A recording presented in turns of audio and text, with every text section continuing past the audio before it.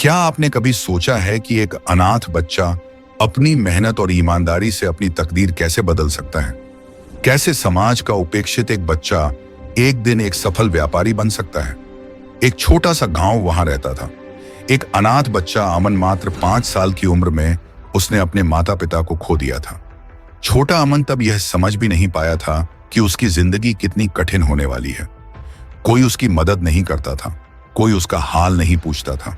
उसे सब कुछ खुद ही संभालना पड़ता था। गांव में छोटे मोटे काम करके वह किसी तरह अपना खाना चलता था। कभी खेत में पानी देना, कभी लकड़ी काटना, कभी गाय भैंस चराना।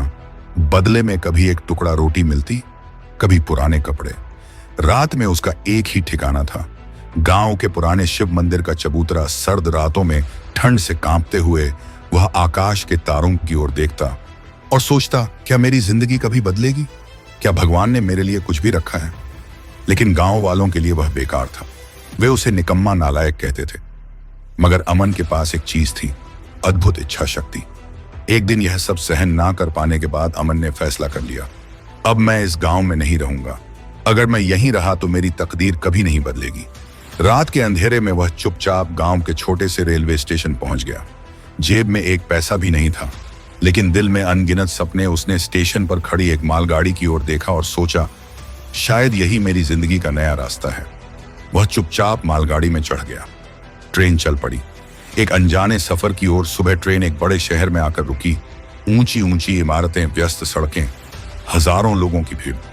मगर इस भीड़ में भी अमन अकेला था। भूख से तड़पता हुआ वह स्टेशन के एक कोने में बैठ गया।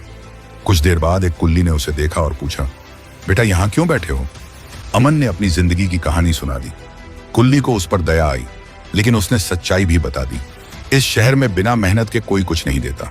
अगर जीना है तो मेहनत करनी होगी, अमन ने पूछा। लेकिन मैं क्या कर सकता हूं, मेरे पास तो कुछ भी नहीं है।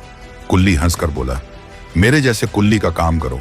मेहनत करोगे तो आगे बढ़ने का रास्ता खुद बन जाएगा। अगले दिन से अमन ने कुल्ली का काम शुरू कर दिया।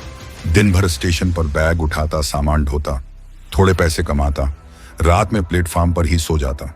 मगर उसके मन में यह विश्वास था, मैं अपनी तकदीर खुद बदलूंगा। धीरे धीरे उसकी मेहनत और ईमानदारी से सब प्रभावित होने लगे। एक दिन ट्रेन से एक सम्मानित व्यापारी गोविंद नारायण उतरे।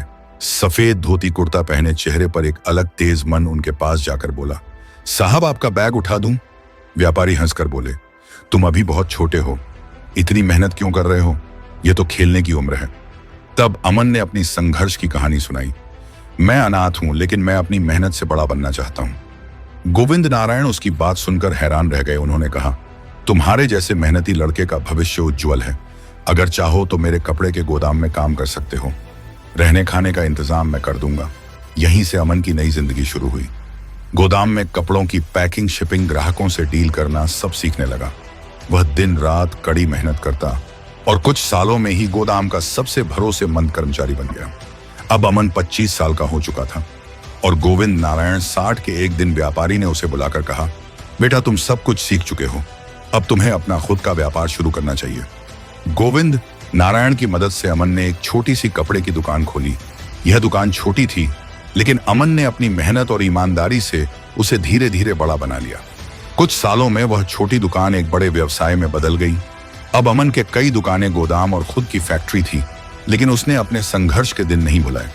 इसीलिए उसने फैसला किया, मैं अनाथ बच्चों की मदद करूंगा, उनके लिए स्कूल और अनाथ आश्रम बनाऊंगा। यह कहानी हमें सिखाती है, ईमानदारी और मेहनत ही जिंदगी की सबसे बड़ी पूंजी है।